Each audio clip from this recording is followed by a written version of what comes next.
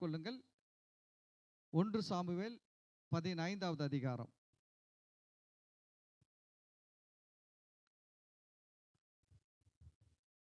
இந்த 1 சாமுவேல் 15வது அதிகாரத்தில் போன வாரம் நம்ம கேனியர்களை குறித்து பார்த்தோம். கேனியர்னா யாரு அப்படின்னு சொல்லிட்டு பார்த்தோம்.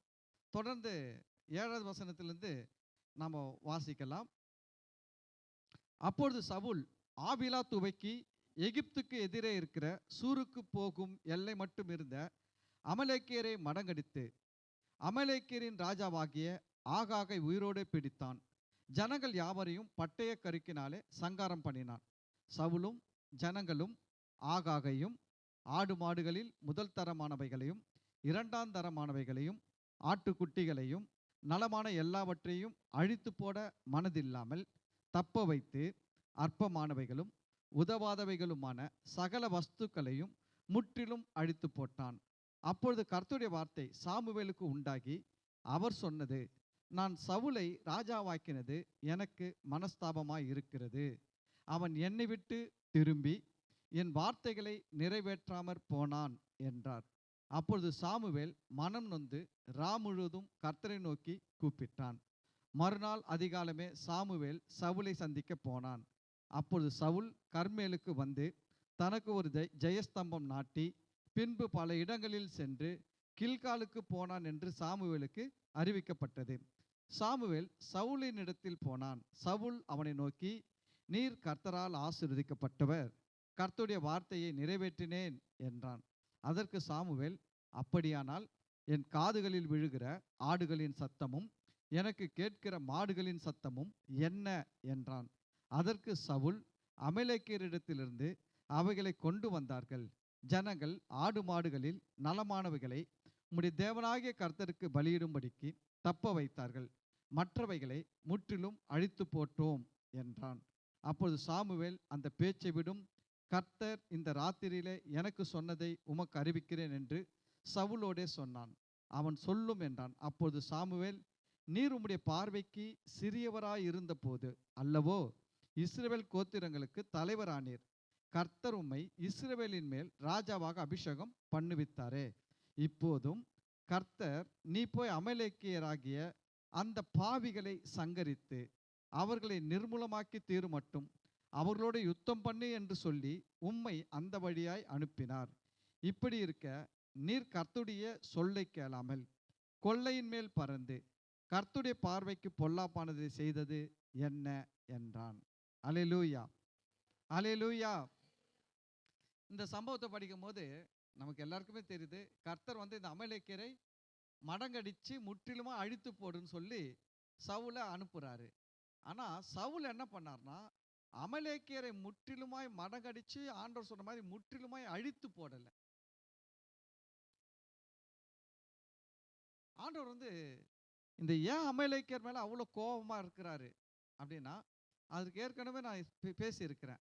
இந்த அமலேக்கியர்கள் இஸ்ரவேல் ஜனங்கள் எகிப்திலிருந்து விடுதலையாகி வரும்பொழுது அந்த இஸ்ரவேல் ஜனங்களுடைய கடைசியாக வருகிற ஆட்கள், அந்த பாளையத்தின் கடைசியில் வருகிற ஆட்களை என்ன பண்ணிட்டாங்கன்னா, இவங்க யுத்தம் பண்ணி அவங்களெல்லாம் கொன்று போட்டுருவாங்க.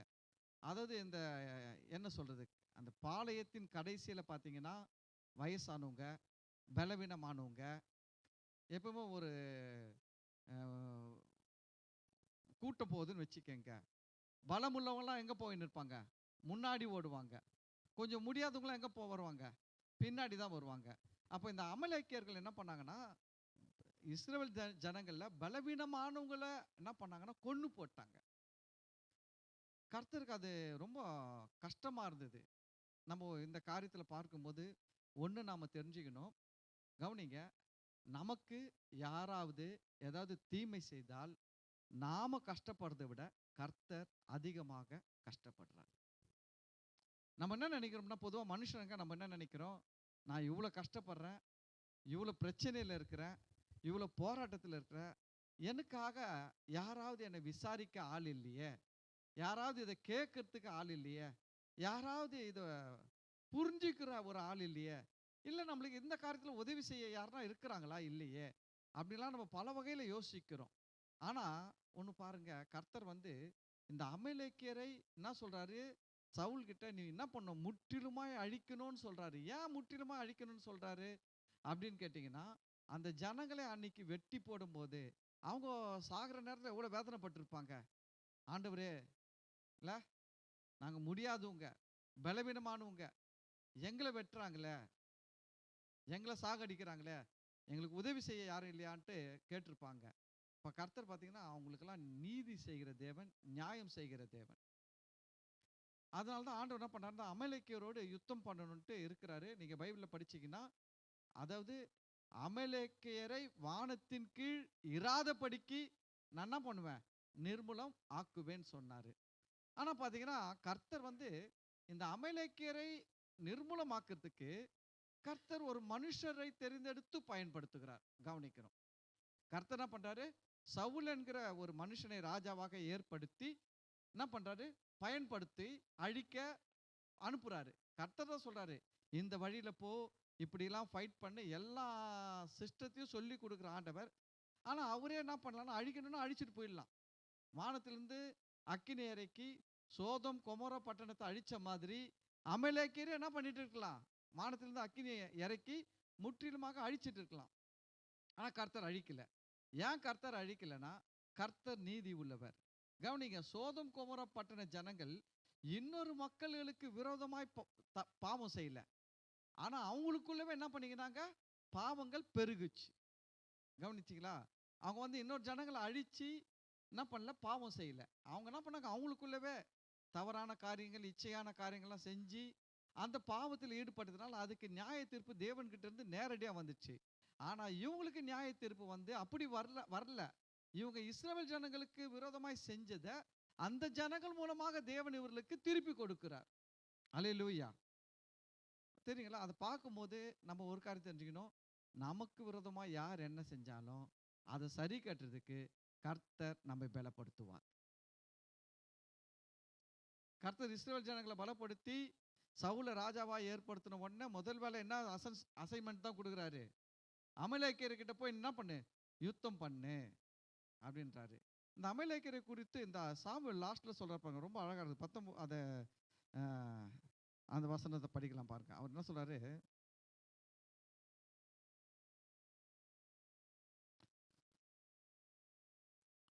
18வது வசனம் பாருங்க. இப்போதும் கர்த்தர், நீ போய் அமலேக்கியராகிய அந்த பாவிகளை சங்கரித்து. அமலேக்கியர் என்ன சொல்றாரு ஆண்டவர், பாவி. என்ன சொல்றாரு, ஆமா, பாவிகளை சங்கரித்து. என்ன பாவம் செஞ்சான் அப்படின்னா, இவன் எங்கேயோ இருக்கிறான், இஸ்ரவேல் ஜனங்கள் எங்கேயோ போயின்னு இருக்கிறாங்க. இவங்க ஒன்றா யுத்தத்துக்கு போகலங்க. இஸ்ரவேல் ஜனங்கள் ஒன்றா அமலேக்கியரோடு என்ன பண்ணல, யுத்தத்துக்கு போகல. அவங்க பாட்டு அவங்க வழியில் போயின்னு இருக்கிறாங்க. இவன் குறுக்க வந்து அவங்கள சாகடிச்சான் யுத்தம் பண்ணி. அல்லேலூயா. பாருங்க, அதுதான் வந்து ஆண்டவர் சொல்றாரு, அவன் தான் பாவி. வசனம் சொல்லுது, நம்ம காரணம் இல்லாமல் யாரையும் சபிக்கக்கூடாது, காரணம் இல்லாமல் யார் கூட வழக்காடக்கூடாது, காரணம் இல்லாமல் யாரையும் என்ன பண்ணக்கூடாது, நம்ம அடிக்கிறது சண்டை போடுறதுலாம் பண்ணக்கூடாது. அது ஆண்டவர்கிட்ட விட்டுடணும். சில நேரத்தில் அவன் வந்தானா, நான் சொல்கிறேன் கேளுங்க, நமக்கு விரோதமாக யார் வந்தாலும் அந்த இடத்துல கர்த்தர் நமக்காக நின்று யுத்தம் பண்ணுவார். நம்ம மறந்து போகக்கூடாது. அப்போ இந்த அமலேக்கியரை மடங்கடிக்கிறதுக்கு ஏன் சவுலை அனுப்புனாரு அப்படின்னா, அது ஒரு நீதி. அது ஒரு நீதி. சோதம் கொமோரா பட்டணத்தை அவர் அக்கினி இறக்கி அழிச்சாருன்னா அது ஒரு நீதி. இன்னொன்று தெரிஞ்சுன்னா, ஆண்டவர் சொல்றாரு, உங்கள் வழிகள் என் வழிகள் அல்ல, என் நினைவுகள் உன் நினைவுகளும் அல்ல. அப்படின்னா என்ன சொல்றாருன்னா, என் வழியே வேற, என்னுடைய திங்கிங்கே வேற. நீங்க அதாவது என்னன்னா, இந்த இடத்துல தான் மக்கள் என்ன ஆயிடுறாங்கன்னா, ஆண்டவர்கிட்ட இருக்கிற அந்த உறவு ஐக்கியத்தில் கொஞ்சம் கன்ஃபியூஸ் ஆயிடுறாங்க. ஆண்டவர் எனக்கு இதை செய்யல, ஆண்டவர் எனக்கு அதை கொடுக்கல, ஆண்டவர் எனக்கு இது இப்படி இப்படி பண்ணல, ஏதாவது ஒன்று எதிர்பார்த்து கிடைக்கல உடனே மக்கள் என்ன பண்ணிடுறாங்க, சோர்ந்து போயிடுறாங்க. இல்லைன்னா என்ன பண்ணிடுறாங்க, இதை ஏன் செய்யல, குழப்பத்தில் போயிடுறாங்க. ஆனால் ஒன்று சொல்றீங்களா, ஒரே ஒரு நம்பிக்கையோட, கர்த்தர் நல்லவர், நிச்சயம் எனக்கு செய்வார் அப்படின்ற ஒரு உறுதியான நம்பிக்கையோடு ஒரு மனுஷன் நின்றுட்டான்னு வச்சுக்கோங்களேன், கர்த்தர் நிச்சயமா அவனுக்கு செய்வார். உங்கள் விசுவாசமே உலகத்தை ஜெயிக்கிற ஜெயம். அல்லேலூயா. இந்த உலகத்தை ஜெயிக்கிற ஜெயம் எதுன்னு ஆண்டவர் சொல்றாரு? உங்கள் விசுவாசம். யாருடைய விசுவாசம்? உங்கள் விசுவாசம். உங்களுக்காக யாரோ விசுவாசிக்கிறது கிடையாதுங்க. நம்ம அதெல்லாம் தப்பு பண்ணிக்கிறோம். நம்ம என்ன பண்றோம்? யாருன்னா போய் ஒரு ஜெப குறிப்பு எழுதி ஊத்தி, நீங்க நல்ல விசுவாசமா ஜெபம் பண்ணுங்க. அவங்க விசுவாசத்தினால நீங்க உலகத்தை ஜெயிப்பீங்கன்னு சொல்ல. உங்கள் விசுவாசமே உலகத்தை ஜெயிக்கிற ஜெயம். யாருடைய விசுவாசம் தான் உலகத்தை ஜெயிக்கும்? அவங்களுடைய விசுவாசம் தான் அவங்கள ஜெயிக்க வைக்கும். அல்லேலூயா, அல்லேலூயா. இதெல்லாம் நம்ம தெளிவடையணும். நம்ம நமக்காக யாரோ விசுவாசிப்பாங்க, நமக்காக யாரோ ஜெபம் பண்ணியிருப்பாங்க, நம்ம பாட்டு எங்கே வேணாலும் போயின்னு இருக்கலாம், என்ன வேணாலும் செஞ்சுன்னு இருக்கலாம், நம்ம நல்லா இருப்போம் அப்படின்லாம் நினச்சின்னு வாழக்கூடாது.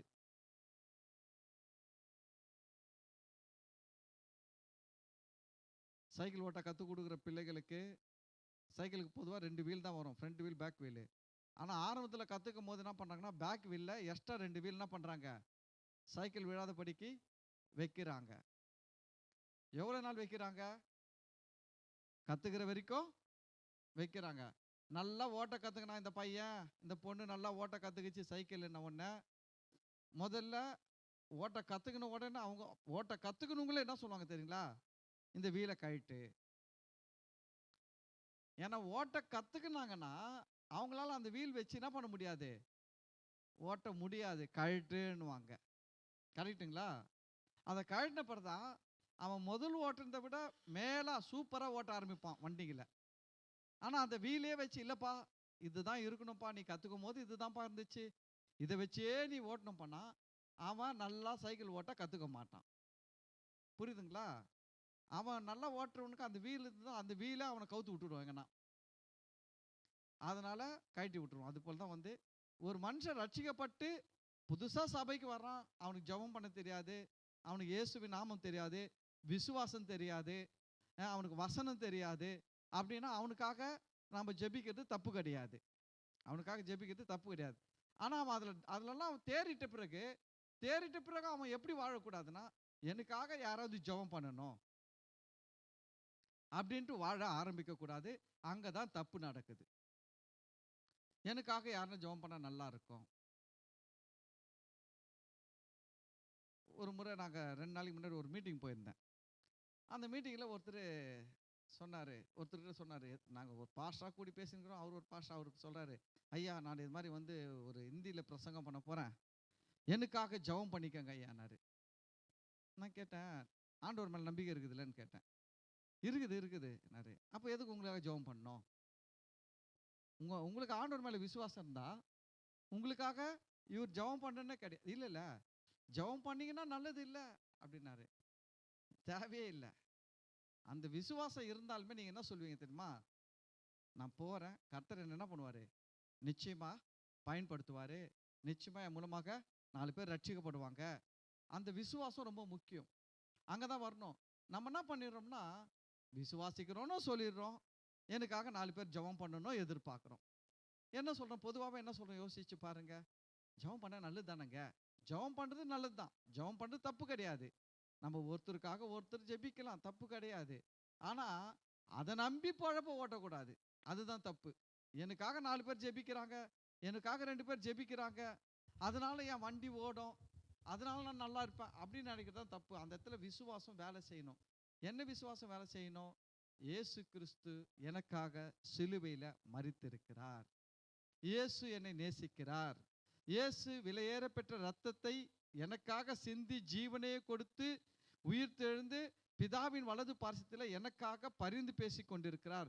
நிச்சயமாக எனக்கு இதை செய்வார், நிச்சயமாக என்னை சுகமாக்குவார், நிச்சயமாக என்னை ஆசீர்வதிப்பார், நிச்சயமாக என் தேவையை சந்திப்பார், நிச்சயமாக என்னை உயர்த்துவார்ன்றதுல நம்ம ஒரு உறுதியான விசுவாசத்துக்குள்ள வரணும். அதுதான் முக்கியம். விசுவாசம் தான் ரொம்ப முக்கியம். பாருங்க, ஸ்டெப் 1, ஸ்டெப் 2, ஸ்டெப் 3. ஸ்டெப் 1 என்ன தெரியுங்களா? ஒரு கிறிஸ்தவர்கள் வாழ்க்கையில் முதலாவது வார்த்தை இருக்க வேண்டும். முதல்ல எது இருக்கணும்? வார்த்தை. ஃபர்ஸ்ட் நம்பர் 1 கேட்டகரியில் எது இருக்கணும்னா வார்த்தை தான் இருக்கணும். தேவனுடைய வார்த்தை உங்களுக்குள்ள இருக்கணும். ஒவ்வொரு வார்த்தைகள்லாம் என்ன வார்த்தை? வாக்கு தத்தங்கள் நல்ல வார்த்தையா வச்சுக்கணும். நெகட்டிவ் வேர்டெல்லாம் வைக்காதீங்க. ஏன் சாபமான வார்த்தைகளை வைக்க வேணாம்னு சொல்றேன்னா, உங்கள் சாபங்களை இயேசு சிலுவையில சுமந்து தீர்த்து விட்டார். உங்கள் சாபங்களை இயேசு என்ன பண்ணிட்டார்? சிலுவையில சுமந்து தீர்த்துட்டார். அதனால் நீங்க என்ன பண்ணக்கூடாதுன்னா, சாபமான வார்த்தைகள்லாம் வச்சுக்கின்னு மனசுல இதுவும் தானங்க பைபிள்ல எழுதி இருக்குதுன்னு பேசக்கூடாது. பைபிள்ல எல்லாம் தான் எழுதி இருக்குது. பைபிள்ல பாசிட்டிவ் வேர்டும் இருக்குது, நெகட்டிவ் வேர்டும் இருக்குது. ஆனா மனுஷனுடைய இயல்பு என்ன தெரியுங்களா? மனுஷன் எப்பவுமே வந்து பாசிட்டிவ் வார்த்தையை விட நெகட்டிவ் வார்த்தையை தான் ரொம்ப வந்து என்ன பண்ணுவான்னா அட்டாச்மெண்ட் ஆகிடுவான். சரிங்களா? எப்பவுமே வந்து பாம்பு வரலன்னு சொன்னால் பயப்பட மாட்டான். பாம்பு வந்துடுச்சுன்னா தான் பயப்படுவான். பாசிட்டிவுக்கு சந்தோஷப்பட மாட்டான். இப்போ நான் சொல்கிறேன், பாம்பு வரல, எத்தனை பேர் சந்தோஷப்பட்டீங்க? ஒருத்தரும் சந்தோஷப்பட மாட்டீங்க. பாம்பு வந்துடுச்சுன்னு சொன்ன உடனே என்ன ஆகிடும்? எல்லாம் சேர் மேலே ஏறி நின்றுப்பீங்க.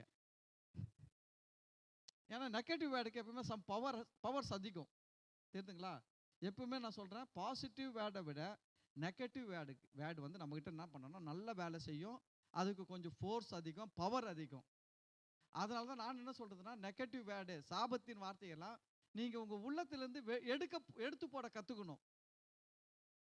ஏன்னா இயேசு சிலுவையில் என்னுடைய சாபங்கள் எல்லாம் சுமந்து தீர்த்து விட்டார். என் சாபத்தை சுமப்பதற்காகவே அவர் மனுஷனாக வந்தார். அல்லேலூயா.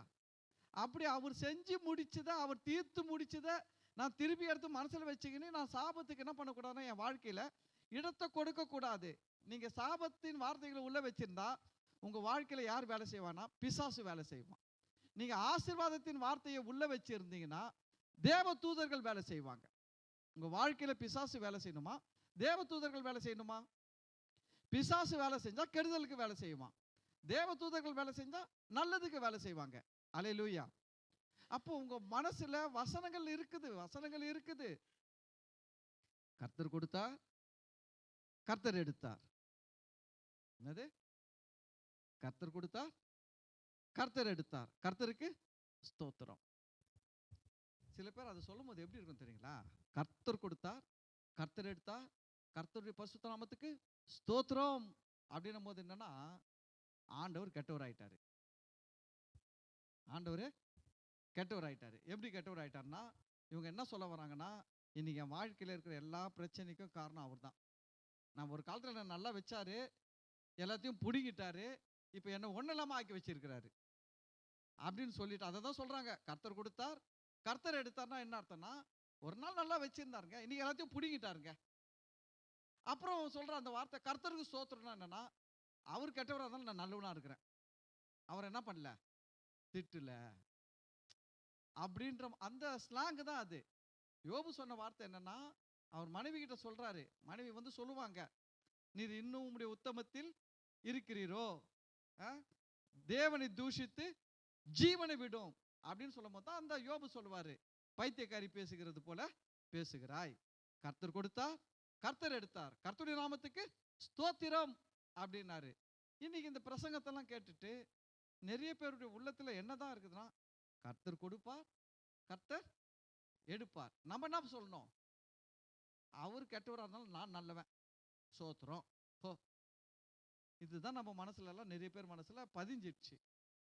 இதெல்லாம் தான் நெகட்டிவ் வேர்ட்ஸ். நெகட்டிவ் வேர்ட்ஸ்னா என்னது? கர்த்தர் கொடுத்தாருன்றது பாசிட்டிவ், கர்த்தர் எடுத்தாருன்றது நெகட்டிவ். பாருங்க, எது நல்லா பதிஞ்சிருக்கு தெரியுங்களா? கர்த்தர் கொடுத்தார்ன்றதை விட கர்த்தர் எடுத்தார்ன்றதுல தான் மனசு நல்லா டைட்டா ஒட்டிக்கின்னு இருக்கும். எதனா ஒன்று ஆன ஒன்று முதல்ல தான் வரும். ஒண்ணுமே பைபிளே படிக்க தெரியாது விசுவாசி கூட எதை சொல்லி தெரியும்? கர்த்தர் கொடுத்தார், கர்த்தர் எடுத்தார். பைபிள் வேற எது தெரியுமா? தெரியாது. பைபிள் படிக்க தெரியுமா? படிக்க தெரியாது. ஆனா இதை மட்டும் கெட்டியா பிடிச்சிச்சு. அதுதான் சொல்றேன், நீங்க இது போலலாம் பேசக்கூடாது. உங்களை நீங்களே சபிச்சுக்க கூடாது. உங்க மேல நீங்களே என்ன பண்ணக்கூடாது? குப்பையை வாரி போட்டுக்க கூடாது. ரோட்ல போறீங்க, எவனோ குப்பை வண்டி போறான், 2 குப்பையை காத்துல பறந்து மேலே விழுந்துடுச்சு. என்ன பண்ணுவீங்க? முதல்ல அதை தட்டி கிளீன் பண்ணிட்டு தானே போவோம்.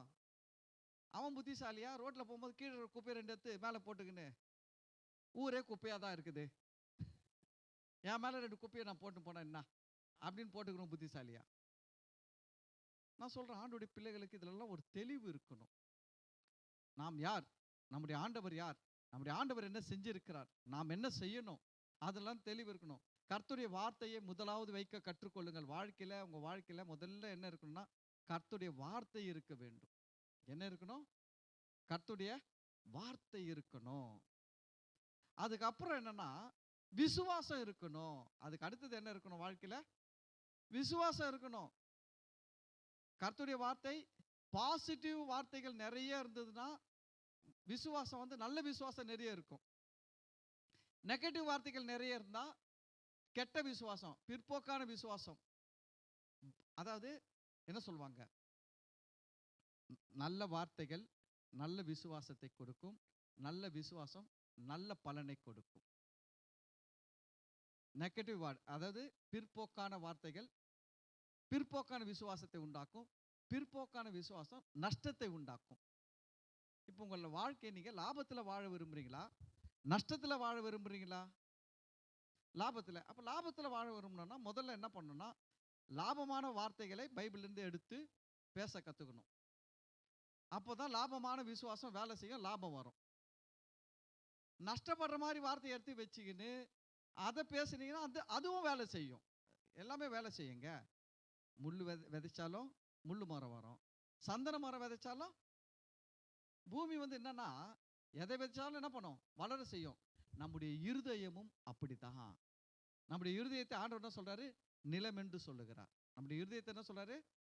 ஆமாம், மார்க் 4வது அதிகாரத்தில் படிக்கும் போது சொல்றாரு, உங்கள் இருதயம் எப்படி இருக்குது? நிலம். விதைக்கிறவனை பற்றி உண்மை சொல்லும் போது சொல்றாரு இல்ல, இருதயம் என்றது நிலம், வார்த்தை என்பது விதை. நம்ம எந்த வார்த்தையை விதைக்கிறோமோ நம்ம இருதயத்தில் அதுதாங்க வளரும். நான் சொல்றேன், புத்திசாலிங்க நல்ல சந்தன மரமா விதைச்சி சந்தன மரமா விளைய வைப்பான். புத்தி இல்லாதவன் என்ன பண்ணுவான்? முள்ளு மரமா விதைச்சி முள்ளு மரமா வளர வச்சு அது உள்ள போனா என்ன பண்ணும்? முள்ளு கையை காலைக்கீறி ரத்தம் வந்து தான் இருக்கும். அப்பப்போ லைஃப் அப்படி ஆக்கிடக்கூடாது. நம்ம லைஃப்பை நம்ம தான் சரி பண்ணணும். கர்த்தர் நம்மளுக்கு அதுக்கு தான் பைபிள் கொடுத்துருக்கிறாரு, பரிசுத்தானவர் கொடுத்துருக்கிறாரு, எல்லா விதமான கிருபைகளும் கொடுத்துருக்கிறார், சிலுவையில் அவர் செய்தும் முடிச்சிருக்கிறாரு. ஏன் இதெல்லாம் அவர் செஞ்சிருக்கிறாருன்னா நம்ம ஃபஸ்ட்டு வசனம் வைக்கணும், நல்ல வசனத்தை வைக்கணும், 2வது விசுவாசம் வைக்கணும், அதுக்கப்புறம் ஜபம். ஜபமும் முக்கியம். புரியுதுங்களா? கவனிங்க, நிறைய பேர் என்ன பண்ணுறான்னா வசனமும் வைக்கல, விசுவாசமும் வைக்கல, எதை ஃபர்ஸ்ட்ல எடுத்துன்னு வச்சிட்டான்னா ஜபத்தை எடுத்துன்னு வச்சுட்டான். எதை முதல்ல வச்சுட்டான்? ஜபம். இதுதான் பிரச்சனை. நம்ம இப்படி ஜபம் மட்டுமே ஜபத்தை எடுத்துன்னு ஃபர்ஸ்ட்ல வைக்கும்போது என்ன ஆகிடும்னு கேட்டிங்கன்னா அந்த ஜபம் ஜபத்துக்கு பதிலே வராது. ஜபத்துக்கு என்ன வராது? பதிலே வராது. ஏன் சில பேர் பல வருஷமாக ஜபம் பண்ணி கூட ஒன்றும் நடக்க மாட்டேங்குது, ஒன்றும் கிடைக்க மாட்டேங்குது, அப்படியே தொடர்ன லெவல்லே இருக்கிறாங்க. புரியுதுங்களா? நாட்கள் ஓடுது, வருஷங்கள் ஓடுது, காலங்கள் ஓடுது. ஆனால் ஜபம் பண்ணுறியானா பண்ணுறாங்க. ஜபம் பண்ணுறாங்களா? பண்ணுறாங்க. எத்தனை முறை ஜபம் பண்ணுறீங்க? ஒரு சிலர்னா ஒரு நாளைக்கு 3 முறை ஜபிக்கிறவங்க இருக்கிறாங்க, ஒரு சிலர் 5 முறை ஜபிக்கிறவங்க இருக்கிறாங்க. இல்லை, எவ்வளோ ஜபிக்கிறவங்களாம் இருக்கிறாங்க. எத்தனையோ தியாகத்தோடு கஷ்டப்பட்டு ஜபிக்கிறவங்களாம் இருக்கிறாங்க. காலையில் நல்ல தூக்கம் வரும், ஐயோ ஜபிக்கிறோமேன்னு சொல்லிட்டு எழுந்திரிச்சு ஜபிக்கிறாங்க. காலையில் 4 மணிக்கு ஜபிக்கிறாங்க, 3 மணிக்கு ஜபிக்கிறாங்க, தியாகத்தோடு கஷ்டப்பட்டு. ஆனால் அப்படிலாம் ஜபிச்சு அந்த ஜபங்களுக்கு ஏன் பலன் வரல? என்னன்னா ஃபார்முலா தப்பு.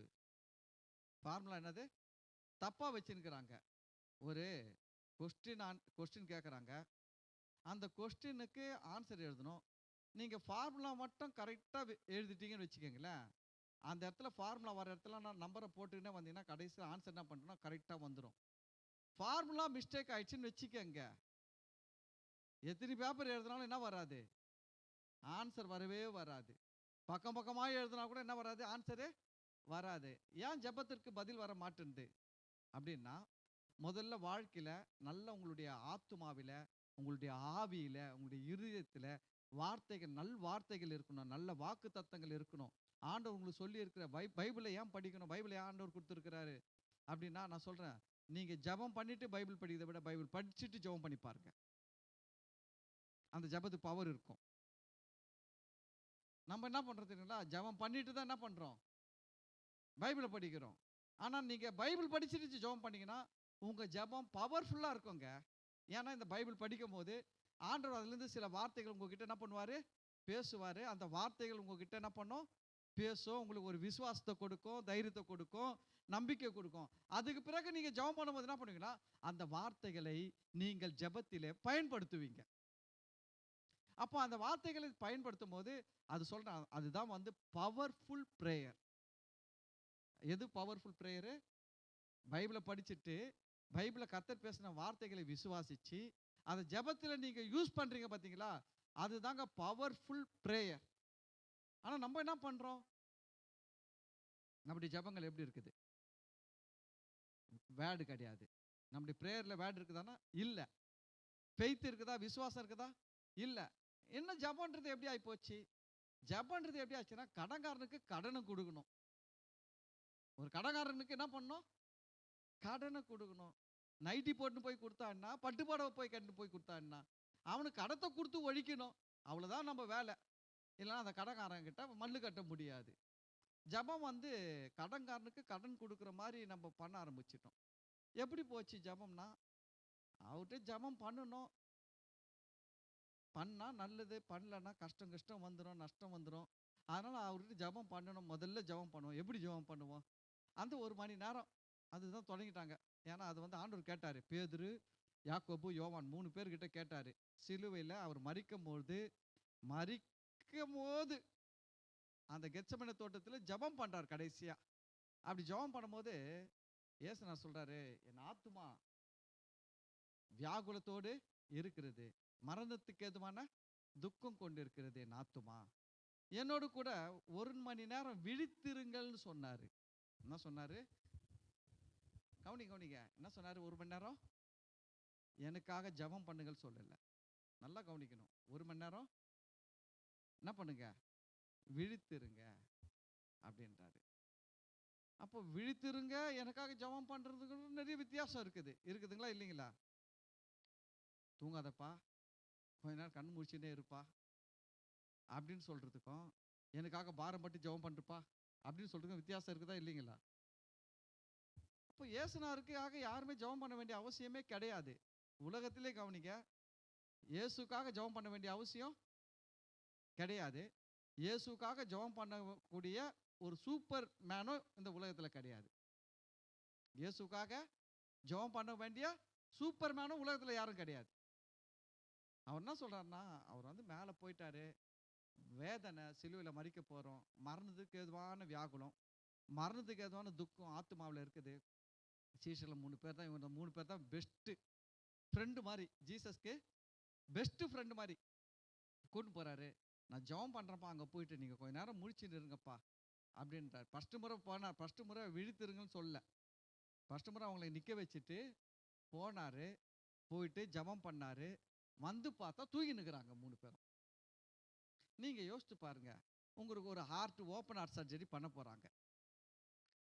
உங்களுக்கெல்லாம் இல்லை, யாரோ ஒருத்தருக்கு, சோத்திரம், யாரோ ஒருத்தருக்கு ஓப்பன் ஹார்ட் சர்ஜரி பண்ண போகிறாங்க.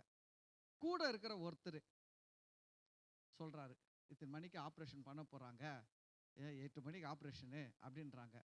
இவர் 7 மணி வரைக்கும் தூங்கி நின்றுறாருன்னு வச்சுக்கோங்க. உங்களை கூட இருந்து கவனிச்சிக்க வேண்டிய ஒருத்தர், உங்களுக்கு ஆறுதலாக இருக்க வேண்டிய ஒருத்தர் 7 மணி வரைக்கும் தூங்கியிருந்தா நீங்கள் என்ன சொல்லுவீங்க? அவரை எப்படி இருக்கும் நிலைமை? கொஞ்சம் யோசிச்சு பாருங்க, எப்படி இருக்கும் மனசுக்கு? அவருக்கு தான் ஓப்பன் ஹார்ட் சர்ஜரி பண்ண போகிறாங்க. ஆனால் கூட இருக்கிறவரு 7 மணி வரைக்கும் நல்லா படுத்து தூங்கி இருக்கிறாரு வச்சுக்கோங்க. நல்ல பெஸ்ட்டு ஃப்ரெண்டு. நம்ம என்ன பண்ணுவோம்? எழுப்பி, என்னடா பண்ணின்னுக்கிற, இன்னும் 1 ஹவரில் என்ன பண்ண போகிறாங்க? ஒரு ஓப்பன் ஹார்ட் சர்ஜரி பண்ண போகிறாங்கடா, உனக்கு கொஞ்சம் கூட பாரம் இல்லையாடா, கொஞ்சம் அக்கறை இல்லையாடா? யோசிச்சு பாருங்க. கேட்போமா கேட்க மாட்டோமா? கேட்போம். பிள்ளைகள் மனைவியாக இருந்தால் இன்னும் நிறைய கேட்போம். உங்களுக்கு இதுக்கு தான் உழைச்சி போட்டுடா, எனக்கு இவ்வளோ பெரிய கஷ்டம் இருக்குது, நீ தான் பண்ணிட்டு இருக்க போற, இட்லி சாப்பிட்டுக்கிறியா, தோசை சாப்பிட்டுக்கிறியா கேட்போம்ல. இப்போ அவரு இதை விட பெரிய ப்ராசஸில் போக போகிறாரு. ஜீசஸ் இதை விட பெரிய ப்ராசஸ். உலகத்தில் இதுவரைக்கும் பிறந்த மக்கள் அந்த காலத்தில் பிறந்திருக்கிற மக்கள், இனி பிறக்க போகிற மக்கள், அவங்களுடைய மொத்த பாவங்களையும் என்ன பண்ண போறாருன்னா அவர் மேல் சுமத்தப்பட போகிறது. அவர் சிலுவையில என்ன ஆகுறாருன்னா பாவமானார். இயேசு சிலுவையில் என்ன ஆனாரு? பாவமானாருக்கும் பாவியானாருக்கும் வித்தியாசம் இருக்குது. அல்லேலூயா. நல்லா கவனிங்க. பாவமானார்ன்றதுக்கும் பாவியானாருக்கும் வித்தியாசம். பாவியானார்னா என்னன்னா, கவனிங்க, ஒரு மனுஷன் ஒரு பாவ செயலை செய்து மாறுவது தான் பாவி. ஒரு மனுஷன் பாவத்திலே பிறக்கும் போது அவனுக்கு பேரு பாவி. புரியுதுங்களா? ஒரு மனுஷன் ஜென்ம பாவத்துல பிறக்கும் போது அவனுக்கு பேர் என்ன? பாவி. தாவீது அதானே சொல்றாரு, என் தாய் என்னை பாவத்திலே கர்ப்பம் தரித்தாள். எதுல? பாவத்தில கர்ப்பம் தரித்தால், நான் துர்க்குணத்தில் உருவானேன். அப்போ இயேசு வந்து பாவத்தில கர்ப்பம் தரிக்கலங்க. அவர் பாவமும் செய்யல. அவரிடத்துல பாவம் இல்ல. இயேசு சொன்னார், என்னிடத்தில் பாவம் உண்டென்று உங்களில் யார் சொல்ல முடியும் கேட்டாரு. இயேசு கிட்ட பாவமே கிடையாது. ஆனா இயேசு சிலுவையில பாவமானார ஒழிய பாவி ஆகல. நல்லா கவனிங்க, பாவி ஆகிறதுக்கும் பாவமானாருக்கும் நிறைய வித்தியாசம் இருக்குது. பாவி ஆனார்னா ஜென்ம பாவத்துல பிறந்து கர்ம பாவத்தை செய்யறது தான் பாவி ஆகிறது. இயேசு ஜென்ம பாவத்திலையும் பிறக்கல, கர்ம பாவத்தையும் பிறக்கல. இது என்னன்னா, இவன் பாவத்தை அவர் மேல எடுத்து தலை மேல வச்சிட்டாங்க. அல்லேலூயா, அல்லேலூயா. இது எப்படின்னு கேட்டீங்கன்னா, ஒரு மனுஷனுக்கு வயிற்றுக்குள்ளவே ஒரு கட்டி உருவாயிடுச்சு. ஒரு மனுஷனுக்கு கட்டி மாதிரி ஒன்று எடுத்து மேலே வைக்கிறோம், செஞ்சு ரவுண்டா ஒட்ட வைக்கிறோம். உள்ள உருவான கட்டி வந்து அவனுக்குள்ள இருந்து வந்துச்சு. மேலே வந்து ஒரு குலோப் ஜாம் மாதிரி ஒரு கட்டி மாதிரி செஞ்சு ஒட்ட வைக்கிறது வந்து அவனுக்குள்ள உருவாகல, நம்ம எடுத்துட்டு போய் ஒட்ட வச்சிருக்கிறோம். அது போல இயேசு பாவி ஆகலைங்க, பாவி இல்லை இயேசு. அவர் பாவம் செய்யல, அவர் வாயில் வஞ்சனை காணப்படவும் இல்லை. ஏன்னா இது ரொம்ப முக்கியம். இயேசு பாவி ஆகல, பாவி இல்லை, ஆனா பாவமானார். சிலுவையில் இயேசு பெரிய ஒரு ப்ராசஸ் பண்ண போறாரு. பாவமாக போகிறார், உலகத்தின் பாவத்தை சுமந்து தீர்க்க போகிறார். அது மகா பெரிய வேதனை, ரொம்ப பெரிய கஷ்டம். இப்போ இந்த ப்ராசஸ்ல இயேசு போக போறாரு. இன்னும் ஒரு சில நிமிஷங்கள்ல யூதாஸ் வரப்போறான், பரிசேயர்கள் வரப்போறாங்க, ரோம போர்ச்சவர்கள் வரப்போறாங்க, இயேசுவை பிடிக்க போறாங்க, சவுக்கால் அடிக்க போறாங்க, முள்ளு முடி அடிக்க போறாங்க. எவ்வளோ ப்ராசஸ் இருக்குது, எவ்வளோ வேதனைகள் இருக்குது. இது எல்லாத்தை விட அடிக்குது பிடிக்குது கூட பரவாயில்லைங்க, பாவத்தை அவர் மேல் சுமத்தப்படும் போது அது பெரிய ரொம்ப வேதனை. இவ்வளோ கஷ்டப்பட போறாரு. பெஸ்ட் ஃப்ரெண்டு 3 பேரை கூப்பிட்டு போய் சொல்றாரு, என் ஆத்துமா மரணத்துக்கு ஏதுவான துக்கம் கொண்டு இருக்கிறது அப்படின்னு சொல்லிட்டு கொஞ்சம் அம்பு எறிகிற தூரத்துல போயிட்டு, ஒரு கல்லெறி தூரத்துல போய் இயேசு ஜெபம் பண்ணிட்டு வந்தா 3 பேரும் நல்லா தூங்கினுக்கிறாங்க. அப்போதான் இயேசு அவங்கள எழுப்பி கேட்டாரு. என்ன கேட்டார் தெரியுங்களா? அப்போ சொல்றாரு, மாம்சம் பலவீனம் உள்ளது தான், ஆவி உற்சாகம் உள்ளது. அந்த இடத்துல இயேசு சீஷர்களை புரிஞ்சுக்கினாருங்க. என்ன சொல்றாரு? மாம்சம் பலவீனம் உள்ளது தான், ஆவி உற்சாகம் உள்ளது. அப்படின்னா என்னன்னா, இன்னைக்கு இருக்கிற மாதிரி AC train, AC flight, AC கார்லாம் கிடையாது அன்னைக்கு ஊழியம் செய்யறதுக்கு. அவங்க என்ன பண்ணாங்கன்னா, ஒரு நாளெல்லாம் நடந்து, மலை ஏறி, குன்றுகள் ஏறி, நடந்து பிரயாணப்பட்டு ஊழியம் செஞ்சு இருக்கிறாங்க. ஊழியம் செஞ்சு அந்த நடந்த களைப்புல என்ன வரும்? தூக்கம் வரும். அதை தான் சொல்றாரு, மாம்சம் பலவீனம் வந்த, ஆனா ஆவி உற்சாகம் உள்ளது. ஆவி என்ன உள்ளது? யோசிச்சு பாருங்க. ஒரு ஆள் வந்து நல்ல வேலை செஞ்சுட்டு வந்து வீட்டில் படுத்துனுக்கிறாரு. திடீர்னு அவர் மனைவிக்கு ஒரு ஹார்ட் அட்டாக் வந்துடுச்சு. அவர் சொல்வாரா, எனக்கு தூக்கமாக வருது, என்னை டிஸ்டர்ப் பண்ணாத சொல்வாரா? அப்படி சொல்லுவாரா? சொல்ல மாட்டாரு.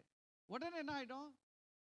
ஆம்புலன்ஸ் ஃபோன் பண்ணுவார், இல்லை 108க்கு ஃபோன் பண்ணி மனைவிக்கு என்ன பண்ணுவார்? ரெடி ஆகுமா? ஐயோ டேய், பையனை கூப்பிடுது, பொண்ணை கூப்பிடுது, எல்லாரையும் கூப்பிட்டு என்ன பண்ணுவாங்க? கடன்ட்டு.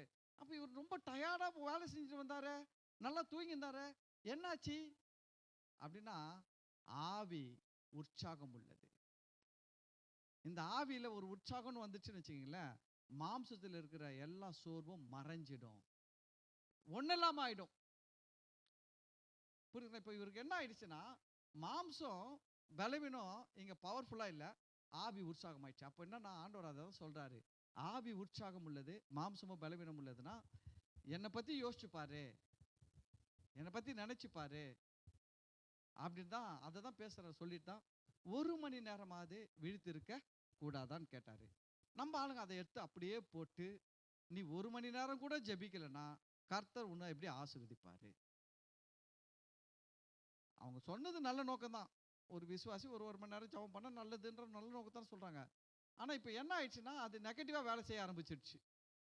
ஏன்னா பிசாசு என்ன பண்ணிட்டான்னா அதை வச்சு விளாட ஆரம்பிச்சிட்டான். 1 மணி நேரம் ஜெபம் பண்ண வைக்கிறது கிடையாது நிறைய பேரை.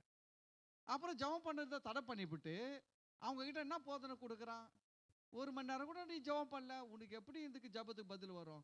நீ 1 மணி நேரம் கூட ஜெபம் பண்ணல, உனக்கு எப்படி இந்த ஆசீர்வாதம் வரும்? நீ 1 மணி நேரம் கூட ஜெபம் பண்ணல, எப்படி உன் பிரச்சனையை கர்த்தர் நான் மாற்றுவார்? நீ 1 மணி நேரம் கூட ஒரு நாளைக்கு ஜெபம் பண்ணுறதுல எப்படி உனக்கு இது சரி பண்ணுவார்? அதெல்லாம் ஒன்றும் நடக்காது. கவனிங்க, ஆண்டவர் எங்கேயா சொல்லிக்கிறாரா, நீ 1 மணி நேரம் ஜெபம் பண்ணலன்னா நான் உனக்கு ஒன்றும் செய்ய மாட்டேன்? எங்கன்னா சொல்லிக்கிறாரா? யாரை கேட்டாரு? சீஷரை கேட்டாரு. 1 மணி நேரமாவது என்னோடு கூட விழித்திருக்க கூடாதான்னு கேட்டாரு. ஏன்னா பெரிய ப்ராசஸ்ல நான் போக போறேன், நீ இந்த டைம்ல கூட தூங்கி இருக்கிறியப்பா, நீ தூங்கு. அப்புறம் சொல்லுவாரு, வந்து பிடிச்சிட்டு பேர் சொல்லுவாரு, பிடிக்க வந்த பேர் சொல்லுவாரு, என்ன சொல்றதுமா, நித்திரை பண்ணி இளைப்பாருங்கள் சொல்லுவாரு. என்ன சொல்லுவாரு? நித்திரை பண்ணி இளைப்பாருங்கள், இன்பப்பட்டு தூங்கு, நல்லா தூங்கு போ. ஏன்னா எல்லாம் என்ன பண்ணியாச்சு, நம்ம நடக்க வேண்டிய காரியங்கள் நடக்க ஆரம்பிச்சிச்சு. அதனால் வந்துட்டான், பிடிக்க போகிறான், எல்லாம் நடக்க போகுது. தூங்க போறியா? பேதுருவை போய் தூங்கு, யோவானை தூங்கு, யாக்கோபே நல்லா தூங்குப்பா அப்படின்னு சொல்கிறது. நித்திரை பண்ணி இளைப்பாருங்கள் அப்படின்னுவார் 3வது முறை வந்து எழுப்பும்போது. அப்போ என்னன்னா, நம்ம இன்னைக்கு ஜெபம்ன்றது எப்படி ஆயிடுச்சுன்னா, அந்த 1 மணி நேரம் எப்படியாவது போகணும். அந்த 1 மணி நேரம் போகிறதுக்கு தான் நம்ம என்ன பண்ணுறோம்னா, ஸ்தோத்திர பலிகள் 1000 வாங்கி வச்சுக்கின்னு என்ன பண்ணின்னு இருக்கிறோம். நான் சொல்கிறேன், சோத்திரம் சோத்திரம் சொல்கிறது பெரிய விஷயமே கிடையாது. ஒரே ஒரு சோத்திரம் சொன்னால் கூட உள்ளம் நன்றியால் நிறைஞ்சு சொல்லணும், நன்றி உணர்வோடு சொல்லணும். அந்த நன்றி உணர்வே இல்லாமல் அப்பா பிதாவே ஸ்தோத்திரம், அன்பின் பிதாவே ஸ்தோத்திரம், நித்திய பிதாவே ஸ்தோத்திரம் அப்படின்னு சொல்லிட்டு நீ கட கட கடன் பிதாவே ஸ்தோத்திரம் ஸ்தோத்திரம் சொல்லிட்டு நீ உன்னையே ஏமாற்றி அவரே ஏமாத்தலன்னு பார்க்குற. அவர் ஏமாற மாட்டார். நம்ம ஆளுங்க பாருங்கள், ஜெபத்தை எப்படி எடுத்துன்னு போயிட்டாங்கன்னா இப்படி தான் எடுத்துன்னு போயிட்டாங்க. கவனிங்க, எல்லா மக்களுக்காகவும் ஜெபிக்கிறது, பரிந்து பேசி ஜெபிக்கிறது தப்பு கிடையாது. ஆனால் 1 மணி நேரம் ஜெபிக்கணும்னு சொல்லிட்டு ஊரில் இருக்கிற எல்லா ஊர் பேரை எடுத்துன்னு வந்து வச்சுக்கின்னு, தெரு பேரை வச்சுக்கின்னு, இதெல்லாம் சொல்லி ஜெபம் பண்ணி, நான் கேட்குறேன், எதுக்கு ஊர் பேரை சொல்லி தெரு பேரை சொல்லி ஜெபம் பண்ணாதான் கர்த்தருக்கு தெரியுமா? நான் இந்த சபையில் இருக்கிறீங்க, உங்கள் பேர்லாம் எனக்கு நிறைய பேர் எனக்கு தெரியாது.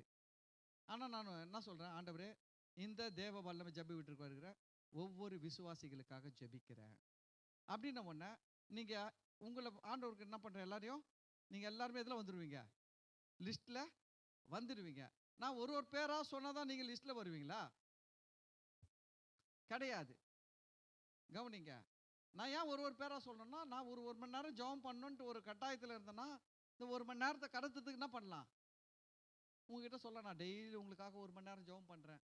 எப்படி ஜெபம் பண்ணுறேன்? ஒருத்தர் பேராக சொல்லி அவங்களுக்காக நான் என்ன பண்ணலாம்? ஜெபம் பண்ணலாம். ஆனால் கவனிங்க, வசனம் சொல்லுது, உங்கள் வாயிலிருந்து வார்த்தை பிறப்பதற்கு முன்னமே இன்னது தேவை என்று பிதா அறிந்திருக்கிறார். இந்த சபையில் இருக்கிற ஜனங்களுக்காக நான் ஜெபிக்கிற ஆண்டவர்னா உடனே தெரியுங்களா, அங்கே வந்து உங்களுடைய எல்லாருமே எல்லாம் உங்களுடைய பயோடேட்டாலாம் போயிடும் அவர்கிட்ட. சர்ச்சில் யார் யாரெல்லாம் இருக்கிறீங்களோ அவங்களுடைய பயோடேட்டா, அவங்களுடைய தேவைகள், அவங்களுடைய எதிர்பார்ப்புகள், அவங்களுடைய காரியங்கள் எல்லாமே ஆண்டவருக்கு வந்துடுங்க லிஸ்ட்டில். அல்லேலூயா, அல்லேலூயா. ஆண்டவர் தான் இந்த உலகத்துக்கு கம்ப்யூட்டரே கொடுத்தவரு, தெரியுங்களா? கம்ப்யூட்டரில் போய் பாருங்க, ஒரு சில இதுவெல்லாம் தட்டினீங்கன்னு வச்சுங்களேன், அவங்களுடைய ஃபுல் ஹிஸ்ட்ரியே வந்துடும். நம்ம வந்து அவனுடைய ஃபுல் ஹிஸ்ட்ரிக்காக சொல்ல வேண்டிய அவசியம் கிடையாதுங்க. ஒன்ஸு அவன் பேரை போட்டு தட்டினாலுமே ஃபுல் ஹிஸ்ட்ரியும் வந்துடும். ஓட்டர் ஐடி நம்பர் என்ன, ஆதார் கார்டு ஐடி நம்பர் என்ன, பேன் கார்டு நம்பர் என்ன, இல்லை வீட்டு அட்ரஸ் என்ன, ரேஷன் கார்டு நம்பர் என்ன, எல்லா லிஸ்ட்டும் வந்துடும் பேரில். அது போல் ஆண்டவருக்கு வந்துடும்.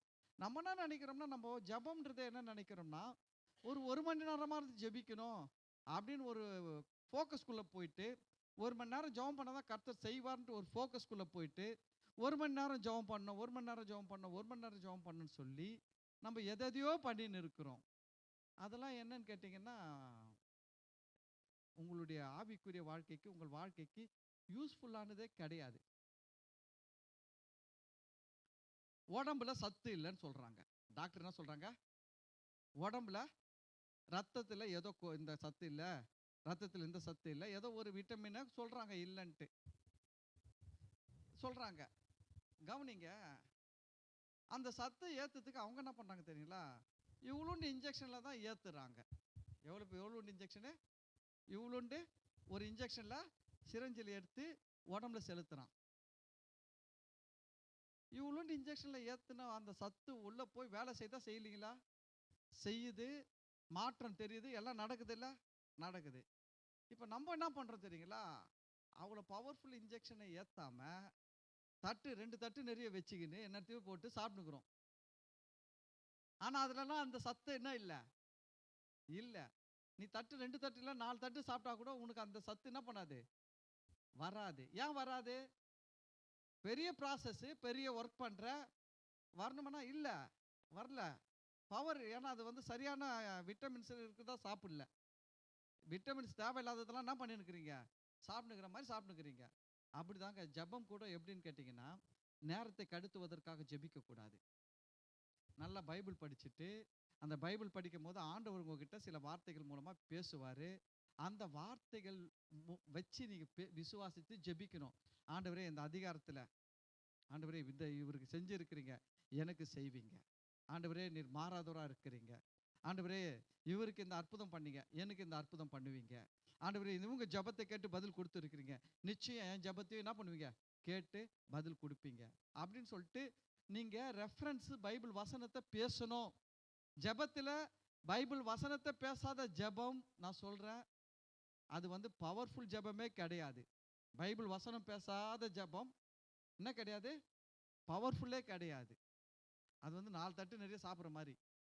ஆனால் வசனத்தை பேசி ஜபிக்கிற 10 நிமிஷம் ஜபமானாலும் சரி, 15 நிமிஷம் ஜபமானாலும் சரினா, இவ்வளோண்டு ஊசியில் எடுத்து தேவையான இதை இன்ஜெக்ட் பண்ணுற மாதிரி உடம்புல.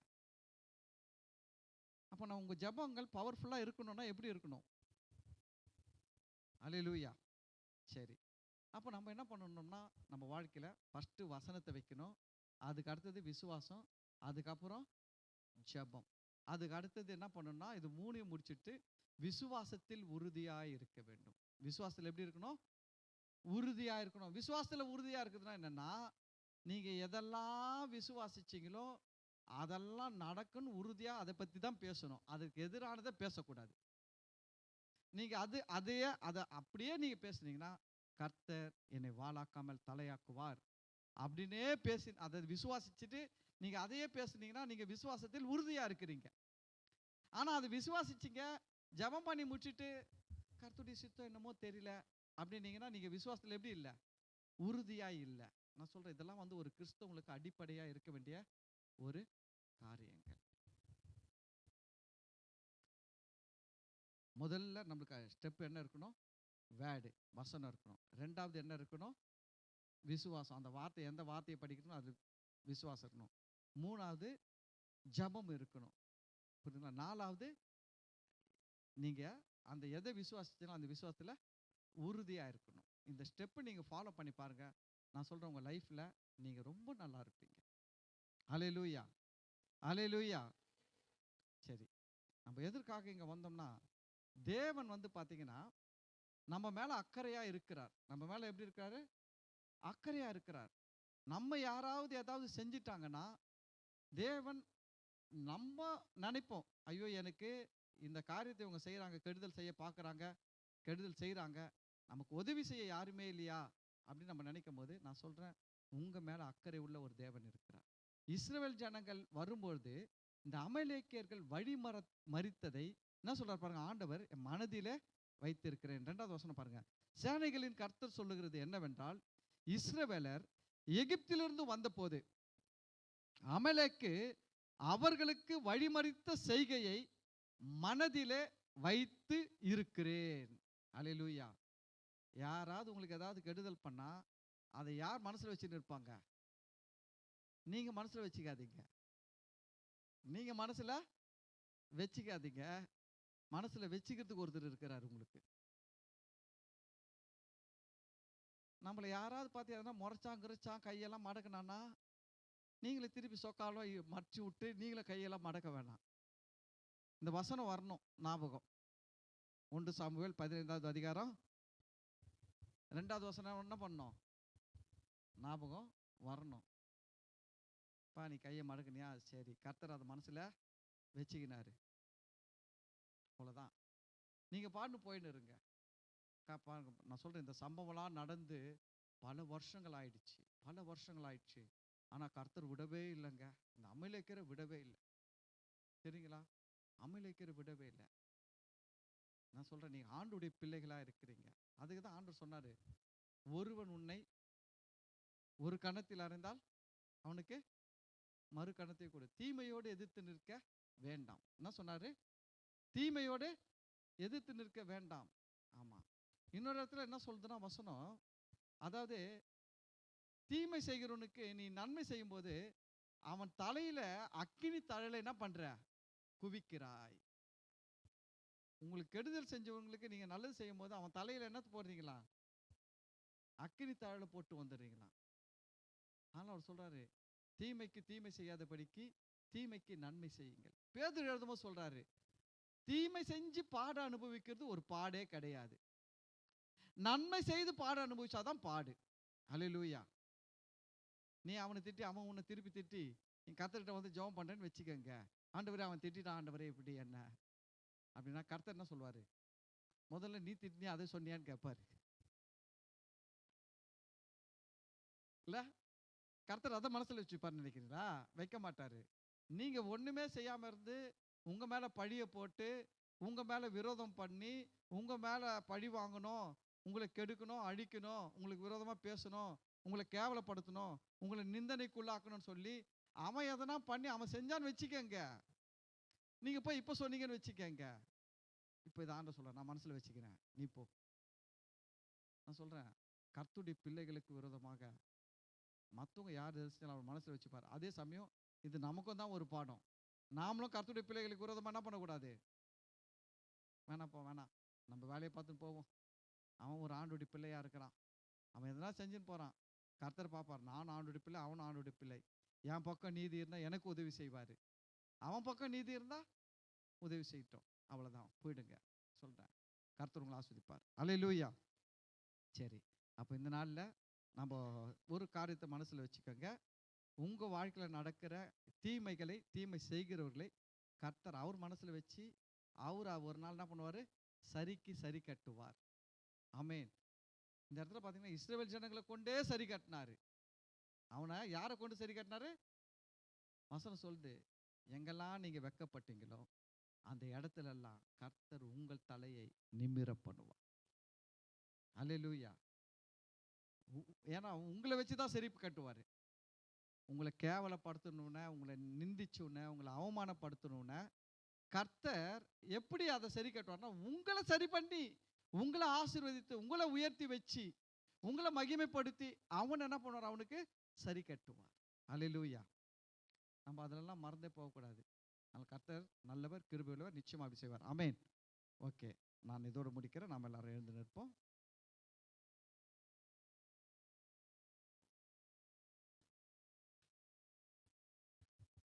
நாம் ஜெபிக்கலாம். ஸ்தோத்திரம் ஆண்டவரே, இந்த நாளிலும் நாங்கள் இதை பார்க்கும்போது அமலேக்கு செய்ததை ஆண்டவரே நீங்க மனதில் வைத்து இருந்தீங்கன்னு பார்க்குறோம். ஆண்டவரே அப்பா, இஸ்ரவேல் ஜனங்களுக்கு மட்டுமல்ல ஆண்டவரே, இஸ்ரவேல் ஜனங்களுக்குடைய ஆண்டவரே ஆபிரகாமை விட ஆண்டவரே மேலான இயேசு கிறிஸ்து மூலமாக ஆண்டவரே உம்மை நாங்கள் அப்பா பிதாவே என்று கூப்பிட ஆண்டவரே உங்கள் பிள்ளைகளாய் இருக்க எங்களுக்கு நீங்கள் இந்த ஸ்லாக்கியத்தை கொடுத்திருக்காய். நன்றி ஆண்டவரே. உம்முடைய பிள்ளைகளாகிய எங்கள் வாழ்க்கையில் ஆண்டவரே எங்களுக்கு விரோதமாக கூட யார் எது செஞ்சாலும் ஆண்டவரே, அதை நீங்க காண்கிற தேவனா இருக்கிறீங்க. அதை நீங்க குறித்து வைத்து அதற்குண்டான நீதியை, நியாயத்தை செய்கிற தகப்பனா இருக்கிறபடியால் நாங்கள் உம்மை நன்றி செலுத்துகிறோம். ஆண்டவரே, நீங்க சொல்லியிருக்கிறீங்க, பழி வாங்குதல் எனக்குரியது, பழி வாங்குதல் கர்த்தருக்குரியது என்ற வார்த்தையின்படி ஆண்டவரே, நீங்க எங்க வாழ்க்கையில யார் எங்களுக்கு விரோதமா பண்ணாலும் செஞ்சாலும் அதுக்கு உண்டானதை நீங்க சரி கட்டுவீங்க. அதே சமயம் ஆண்டவரே, நாங்க அந்த காரியங்கள் எல்லாம் கடந்து வர ஆண்டவரே, நாங்கள் அதிலெல்லாம் ரியாக்ட் ஆகாமல் அதெல்லாம் நாங்கள் ஓவர்டேக் பண்ணி வர எங்களுக்கு உதவி செய்யுங்க ஆண்டவரே. ஆண்டவரே, இந்த நாளை நாங்கள் பார்க்கும்பொழுது ஆண்டவரே, உம்மிடத்தில் வருகிற நாங்கள் ஆண்டவரே, முதலாவது வார்த்தை, 2வது விசுவாசம், 3வது ஜெபம், 4வது விசுவாசத்தில் உறுதியாக இருப்பதுன்னு சொல்லி ஒரு கிறிஸ்தவனுடைய வாழ்க்கையின் தன்மைகளை பார்த்துருக்கிறோம். ஆண்டவரே, நாங்கள் இந்த தன்மைகளை எங்களை சரிப்படுத்த எங்களை ஒப்பு கொடுக்குறோம் ஆண்டவரே. நாங்கள் எங்களுடைய ஆவியில், ஆத்மாவில் இதெல்லாம் சரி பண்ணி அதை கிரமமாய் கொண்டு போக எங்களுக்கு உதவி செய்யுங்கப்பா. ஆண்டவரே, எங்களுடைய ஜெபங்கள் ஆண்டவரே வீண் வார்த்தைகளால் அலப்புகிறதா இருக்கக்கூடாது ஆண்டவரே. ஆண்டவரே, நீங்கள் சொல்லியிருக்கிறீங்க, அதிக வசனிப்பினால் கேட்கப்படும் என்று எண்ணி அவர்கள் அலப்புகிறார்கள் சொன்னீங்க. வீண் வார்த்தைகளினால் அலப்புகிறார்கள் என்று சொன்னீங்க. எங்கள் ஜெபங்கள் ஆண்டவரே வீண் வார்த்தைகளினால் அலப்புகிறதா இருக்கக்கூடாது ஆண்டவரே. எலியாவை போல நாங்கள் கருத்தாய் ஜெபிக்க எங்களுக்கு உதவி செய்யுங்கப்பா. எலியா ஆண்டவரே, உம்மிடத்தில் ஜெபிக்கும் போது இவைகள் எல்லாவற்றையும் நான் உம்முடைய வார்த்தையின்படியே செய்தேன் என்று என்னை கேட்டருளும் என்று சொல்லி ஜெபித்தது போல ஆண்டவரே, நாங்கள் உம்முடைய வார்த்தைகளை வைத்து ஜெபிக்க, உம்முடைய வார்த்தைகளை விசுவாசித்து ஜெபிக்க, விசேஷமா ஆண்டவரே பாசிட்டிவ் வேர்ட்ஸை நாங்கள் விசுவாசித்து ஜெபிக்க எங்களை ஒப்பு கொடுக்கிறோம் ஆண்டவரே. இந்த நாளில் கலந்து கொண்ட ஒவ்வொரு பிள்ளைகளை ஆசீர்வதிங்க. நேரில் ஆன்லைனில் பார்க்குற பிள்ளைகளை ஆசீர்வதிங்க அப்பா. பிள்ளைகளின் வாழ்க்கையில், ஜப வாழ்க்கையில் ஆண்டவரே பெரிய வித்தியாசங்கள் ஏற்படட்டும் ஆண்டவரே. அப்பா, இவங்களுடைய ஜபங்களுக்கு வல்லமையான காரியங்கள் நடப்பதாக ஆண்டவரே. பிள்ளைகளின் ஜபங்களுக்கு இயேசுவின் நாமத்தினால் அடையாளங்கள், அற்புதங்கள் நடப்பதாக என்று சொல்லி ஜெபிக்கிறேன் அப்பா. ஆண்டவரே, இதை நாங்களாம் சரிப்படுத்த எங்களை ஒப்பு கொடுக்கிறோம். தொடர்ந்து ஆண்டவரே உங்கள் கருத்தில் ஒப்பு கொடுக்கிறோம். அந்த பிள்ளைகள் ஒவ்வொருத்தரையும் ஆசீர்வதிங்க. இந்த ஆராதனையின் மூலம் வருகிற துதிகன மகிமை மாட்சிமைகளை உமக்கு செலுத்துகிறோம். ஆண்டவராகிய இயேசு கிறிஸ்து நாமத்தில் ஜெபிக்கிறோம், நன்றி செலுத்துகிறோம் நல்ல பிதாவே, ஆமேன். என் ஆத்துமாவே கர்த்தரை ஸ்தோத்திரி, என் முழு உள்ளமே அவர் பரிசுத்த நாமத்தை ஸ்தோத்திரி. என் ஆத்துமாவே கர்த்தரை ஸ்தோத்திரி, கர்த்தர் செய்த சகல உபகாரங்களையும் மறவாதே. ஆமேன்.